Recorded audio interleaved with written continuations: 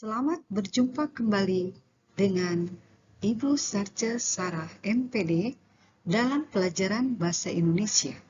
Pada saat ini, kita akan belajar tentang teks ceramah. Menelusuri nilai-nilai dalam ceramah. A. Definisi ceramah.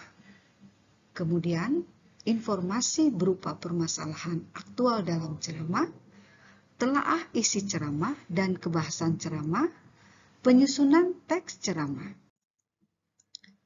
Ceramah adalah sebuah pidato yang dilakukan oleh seseorang di hadapan banyak orang atau pendengar tentang suatu hal yang bersifat pengetahuan, informasi kekinian, peristiwa-peristiwa aktual yang lainnya. Berceramah biasa dilakukan oleh seseorang di dalam memberikan uraian tentang sesuatu hal yang bersifat pengetahuan, bersifat informatif tentang kesehatan. Di dalam menyampaikan ceramah, hal ini tentu bisa dilakukan oleh seorang penceramah yang tentunya harus mempersiapkan secara baik mengenai hal-hal yang akan disampaikan dalam ceramah. Menceramahkan adalah sebuah kegiatan membentangkan sebuah ulasan tentang suatu hal yang terjadi dalam kehidupan manusia pada umumnya. Dengan ceramah kita bisa memberikan sebuah informasi pengetahuan yang bermanfaat bagi banyak orang. Informasi berupa permasalahan aktual dalam ceramah. Nah, informasi-informasi ini adalah informasi tentang permasalahan yang terjadi yang bersifat aktual.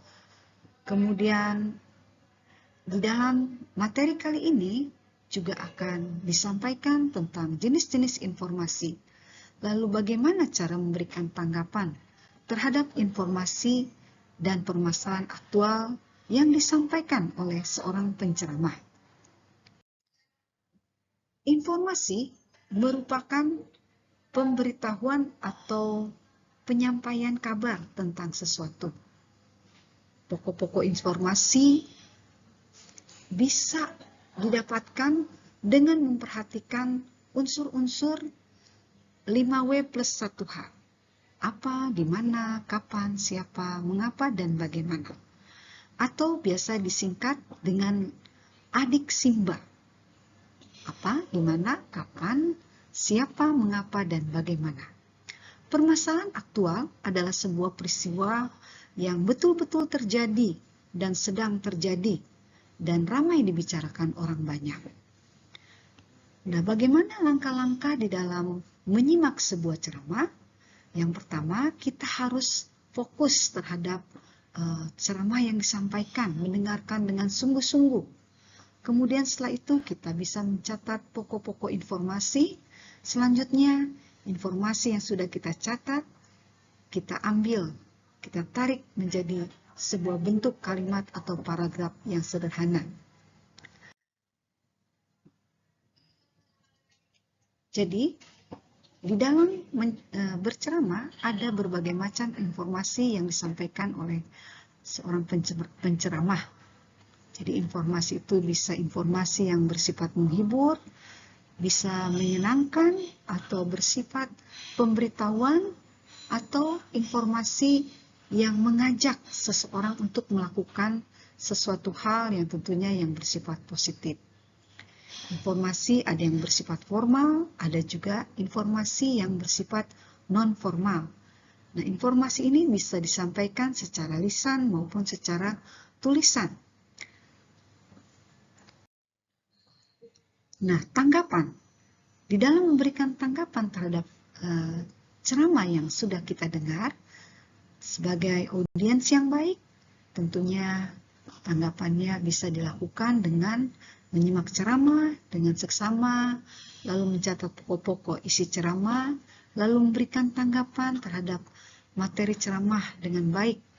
Jadi dengan bahasa yang santun kita bisa menyampaikan kritik, saran, sanggahan, pujian, persetujuan, dan itu semuanya harus kita sampaikan dengan bahasa yang bisa diterima oleh akal sehat atau bersifat logis.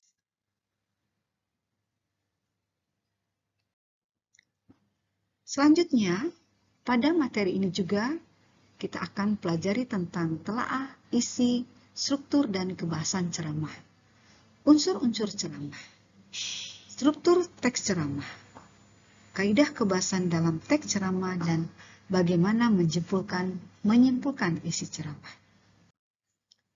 Nah, unsur-unsur ceramah itu terdiri atas penceramah, lalu ada pendengar, kemudian ada metode ceramah, dan media yang digunakan dalam berceramah. Nah, struktur ceramah ini terdiri atas pembukaan, isi, dan penutup. Di dalam bagian isi ada pengantar materi dan materi inti. Pada pertemuan ini juga, kita juga akan mempelajari tentang unsur-unsur kebahasan dalam ceramah, meliputi kalimat imperatif yang biasa digunakan. Kemudian ada kalimat majemuk bertingkat, ada kata ganti, kemudian ada kata-kata teknis atau peristilahan, dan kata kerja mental. Selanjutnya, kegiatan dalam menyimpulkan isi ceramah diawali dari hasil catatan yang sudah kita buat.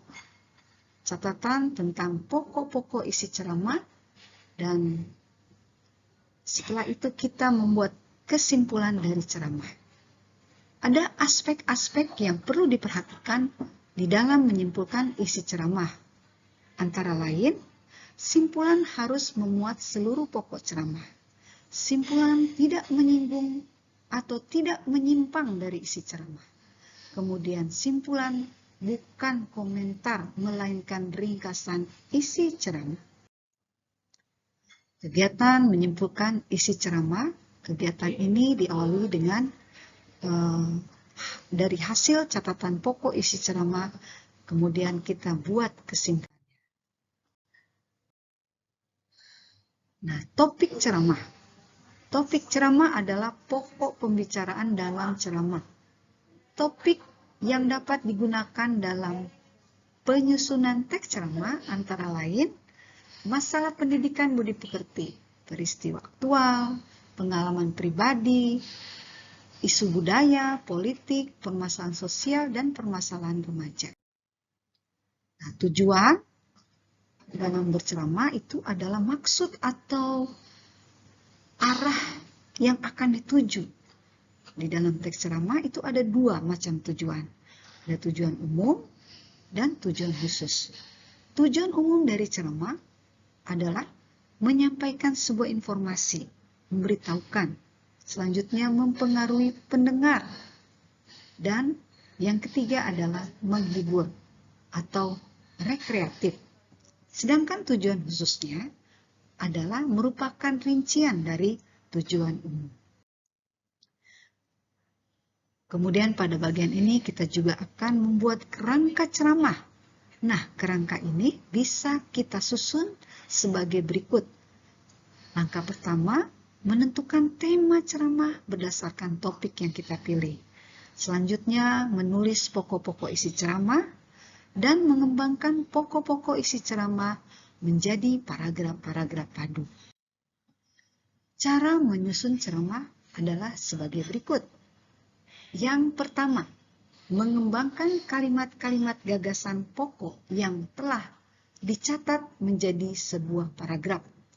Kemudian menyusun paragraf-paragraf tersebut menjadi susunan atau struktur teks ceramah yang berisi pendahuluan, isi, dan penutup. Selanjutnya, mencermati kembali hasil susunan teks ceramah dan merevisi jika ada kekeliruan baik dalam ejaan, tanda baca, maupun konstruksi kalimat. Demikianlah materi tentang teks ceramah pada pertemuan kali ini. Semoga bisa menambah wawasan kalian di dalam membuat teks ceramah dengan baik dan benar. Sekian dan terima kasih.